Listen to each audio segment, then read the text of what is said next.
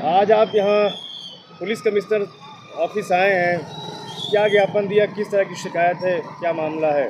Sir 4 अगस्त को DCP साहब को हमने एप्लीकेशन गंगानगर को दिया था, एसपी साहब महोदय को, और वहाँ से कार्रवाई नहीं हो पाई। तो आज हम आए हैं 11 तारीख को, 11 अगस्त 2025 को पुलिस कमिश्नर साहब महोदय जी को हमने एप्लीकेशन दिया है और हमें उम्मीद है कि यहाँ से हमें ज़रूर निवारण मिलेगा। हम लोग बहुत पीड़ित हैं। क्या मामला है?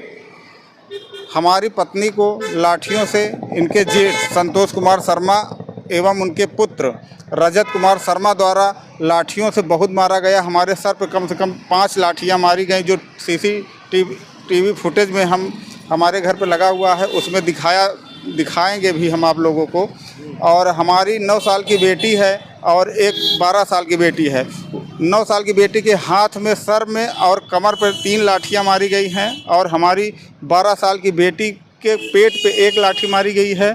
और सर से लेकर पांव तक रजत शर्मा द्वारा हमारी पत्नी को बीच सड़क पे खड़ा करा के संतोष द्वारा देखा जा रहा था और उनके लड़के लाठियों से हमारी बीबी को पीट रहे थे और संतोष हमें पकड़ के दाब लिए थे और सर पे और कमर पे और कंधे पे और पैर के गांठ पे हमारे वार कर रहे थे रजत शर्मा। और हमारे वृद्ध पिताजी को भी ये दोनों लोग मिल के मारे हैं। और उषा और रूबी, हमारी जो एक असंतोष की बेटी रूबी हैं, उनकी पत्नी उषा हैं, ये लोग लाठियों से, जो कि सीसीटीवी फुटेज में आप देख सकते हैं, हमारी पत्नी को किस कदर से बार बार इसको हाथ पकड़ के मारा जा रहा है और भयानक तरीके से दौड़ रही हैं इनकी तरफ। वजह क्या है? वजह ये है कि ये हमारे पिताजी का ससुराल मतलब ननिहाल हम लोगों का लखनऊ में है। वहाँ पे पिताजी संतोष कुमार शर्मा को अपने साले की संपत्ति वसीयत करवा दी थी इस मंशा से कि ये इलाहाबाद में जो पड़िला में मकान है इसमें कब्जा नहीं करेंगे। लेकिन पिताजी डीएम को भी एप्लीकेशन दिए थे, ये 2024 को आके कब्जा कर लिए, घर में आधा रहने लगे। उसके बाद डीएम में एप्लीकेशन पिताजी द्वारा दिया गया था लेकिन कोई कार्रवाई ना हो पाई। संदर्भ संख्या भी आपको हम प्रस्तुत करवा देंगे। उसके बाद ये अब पूरा घर हड़पना चाहते हैं और कह रहे हैं कि अब तुम लोग यहाँ ज़िंदा नहीं बचोगे। हमने ननिहाल में तो पूरा लिखवा ही लिया है और दो प्लाट वहाँ पे बनाया ले लिए हैं आलमबाग में। आपने अपने नज़दीकी थाने फरवरी में क्या एप्लीकेशन दिया? हाँ, 12 तारीख को मैंने एप्लीकेशन दिया था, 12 जुलाई को। ये हमें जीने नहीं दे रहे थे और खेत वगैरह में जाते थे तो वहाँ पे धमकी देते थे कि यहाँ पे तुमको काट के फेंक देंगे अगर खेत में आओगे। तो कोई कार्रवाई नहीं हुई। जब 12 को एप्लीकेशन दिए तो फिर हम 26 जुलाई को एप्लीकेशन दिए तो पुलिस नहीं आई। 28 को पुलिस आई जिसमें सोनू दरोगा जी आए थे और 28 को पुलिस आने के बाद विपक्षियों के पास पता नहीं क्या बात की और उनके जाते ही विपक्षियों द्वारा 45 मिनट गाली हमारे दरवाजे पर खड़े होकर दिया गया। 45 मिनट का सीसीटीवी फुटेज आप देख सकते हैं। और दिया गया कि मारा? नहीं, मारने की धमकी दिया जा रहा था। उसके बाद मैं आता हूँ ऑफिस से, उसके बाद हम गाड़ी खड़ी करते हैं और कपड़ा चेंज करके जैसे बाहर आते हैं, उषा और रूबी और रजत और संतोष एक राय बना के लाठियों के साथ आमादा हो जाते हैं और हमें दरवाजे पे खड़े होके गाली दे के और तुरंत मारना चालू कर देते हैं। हम गेट की तरफ बाहर भागते हैं, वहीं पकड़ लिया जाता है, हमें गिरा के फिर लाठियों की बौछार कर दी जाती है। फरवरी थाने में आपको क्या मदद मिली? वहाँ पे जब हम खून चुहाते हुए, जब हमें सर फूट गया, हमारी 3 जगह से सर फूट गया है।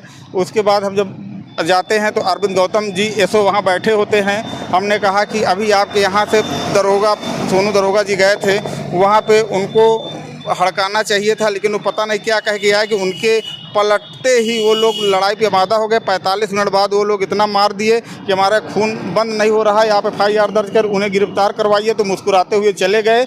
और उसके बाद फिर वहाँ पे एक कोई और अन्य हल्के के दरोगा ही थे हमारे, उनसे कहा गया तो उन्होंने कहा कि ऐसा है कि जो एसओ साहब के ही दिशा निर्देश पे FIR दर्ज होगा। उसके बाद कुछ सहयोगियों द्वारा आने की पुलिस से क्या नहीं फिर उसके मदद उसके बाद सोनू दरोगा जी भी वहाँ मिले। हमने कहा आप हमारे घर गए थे, वहाँ पे आपने उनको क्या कहा था कि आपके लौटते ही हमें लाठियों से मारा गया, ब्लड बह रहा है, आप जाइए उन्हें गिरफ्तार कर रही है। उसके बाद वो भी कोई रिस्पांस नहीं दरोगा दिए। थे? सोनू दरोगा थे। उस कोई सहायता नहीं, कोई सहायता नहीं दी। जो कि वो हमारे घर आए थे 26 को एप्लीकेशन दिया गया था ज्योति भट्ट द्वारा, लेकिन 28 को वो आए और पता नहीं क्या विपक्षियों को कहे कि उनके आने से विपक्षियों में डर होना चाहिए, लेकिन उनका प्रोत्साहन बढ़ गया, लड़ाई पे मादा हो गए। हमें इतना मारे कि सोनू दरोगा वहाँ थाने पे हमें मिले भी, अरविंद गौतम जी भी मिले। उसके बाद FIR दर्ज में थोड़ा आनाकानी हुई, फिर अरविंद गौतम जी आए। उसके बाद कोई राघवेंद्र कुमार जी कुछ थे, वो फिर हमारा FIR दर्ज करवाए और मेडिकल के लिए हमें रिफ़र कर दिया गया। यहाँ आए, क्या आपको आश्वासन मिला पुलिस? यहाँ पे आश्वासन कमिश्नर साहब ने बोला है कि अगर थाना थरवई आपकी सुनवाई नहीं कर रही है तो मैं DCP को दिशा निर्देश कर दे रहा हूँ, आप सराय नाइक से में आपका निवारण होगा, आप सराय नाइक थाने पे चले जाइए। क्या लग रहा है, कैसे मदद होगी आपकी? यहाँ पे 100% मदद होगी हमारी। यहाँ से हमें बिल्कुल पॉजिटिविटी दिख रहा है कि हमारी जो है, जो भी समस्याएं हैं, हमें ज़रूर निदान क्या मिलेगा। चाहते हैं?